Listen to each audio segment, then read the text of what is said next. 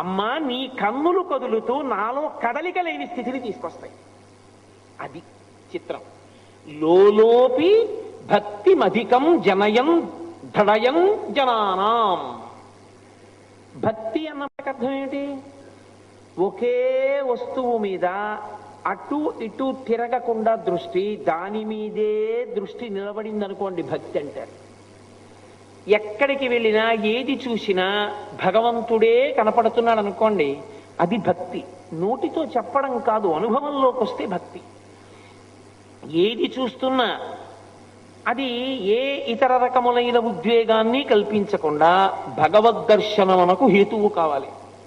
అది విచిత్రంగా ఉంటుంది, నోటితో చెప్పినంత తేలిగ్గా ఉండదు. అందుకే చెప్పిన వాడికన్నా విన్నవాడిలో భక్తి పెరిగిపోతుంది. ఒక్కసారి ఒక తల్లి పిల్లవాడిని కూర్చోబెట్టి రోజు భగవంతుడి గురించి చెప్తూ ఉండేది.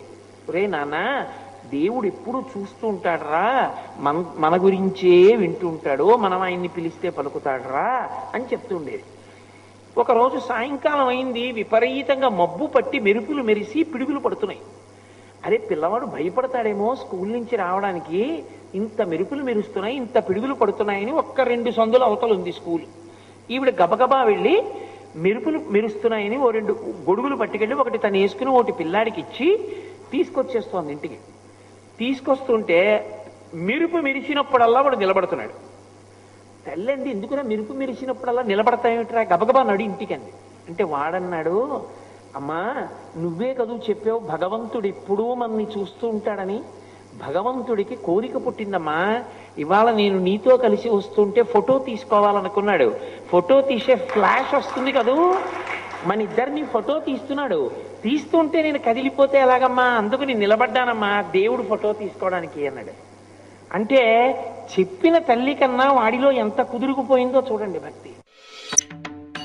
ఒక తల్లి పిల్లవాడిని కూర్చోబెట్టి రోజు భగవంతుడి గురించి చెప్తూ ఉండేది. రే నాన్న, దేవుడు ఎప్పుడు చూస్తూ ఉంటాడరా, మన గురించే వింటూ ఉంటాడు, మనం ఆయన్ని పిలిస్తే పలుకుతాడరా అని చెప్తూ ఉండేది. ఒకరోజు సాయంకాలం అయింది, విపరీతంగా మబ్బు పట్టి మెరుపులు మెరిసి పిడుగులు పడుతున్నాయి. అరే పిల్లవాడు భయపడతాడేమో స్కూల్ నుంచి రావడానికి, ఇంత మెరుపులు మెరుస్తున్నాయి, ఇంత పిడుగులు పడుతున్నాయని. 1-2 సందుల అవతల ఉంది స్కూల్.